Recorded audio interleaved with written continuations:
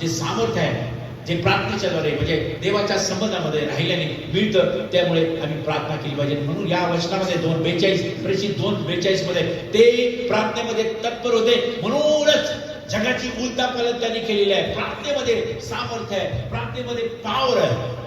पण प्रार्थनेमध्ये सैतानाची संपूर्ण हत्यारं कॅन्सल होतात, निस्तनाबूत होतात, उद्ध्वस्त होतात. प्रयत्न आहे. तुम्ही दिवसातून किती वेळा करावी हा प्रश्न विचारला तर किती वेळा, माझा आन्सर असेल अनेक वेळा.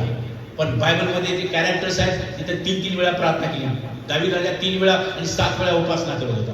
7 वेळा तो स्तुती स्तवन करत होता. प्रार्थना ही स्तुती स्तवनाने भरलेली प्रार्थना असली पाहिजे. प्रार्थना म्हणजे नुसतं वॉन्टेड आणि देवाकडे मागणं असं नाहीये. स्तुती आभार प्रदर्शनासह स्तुती स्तवनासह, स्तुती स्तवनामध्ये तो वस्ती करणारा देव आहे. त्याला स्तुती स्तवन करतच आपण प्रार्थना देवाजवळ सादर केली.